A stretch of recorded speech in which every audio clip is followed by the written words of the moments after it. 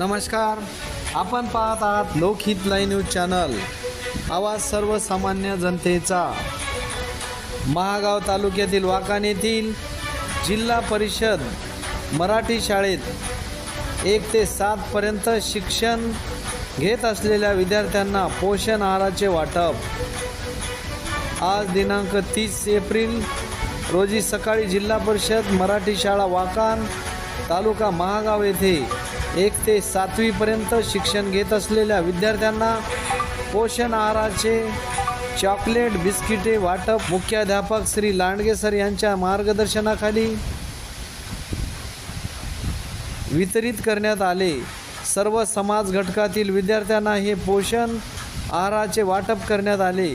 यावेळी शालेय मुख्याध्यापक श्री लांडगे सर, सहाय्यक शिक्षक Shri Khatare sir, Shri Bobde sir, Shri Sahebrao Rathod sir, शालेय मदतनीस सौ अनिताताई, सौ आशाताई भगत व इयत्ता 1 ते 7वी पर्यंत शिक्षण घेत असलेले विद्यार्थी व लोकहित लाईव्ह न्यूज चॅनलचे प्रतिनिधी रवी राठोड उपस्थित होते।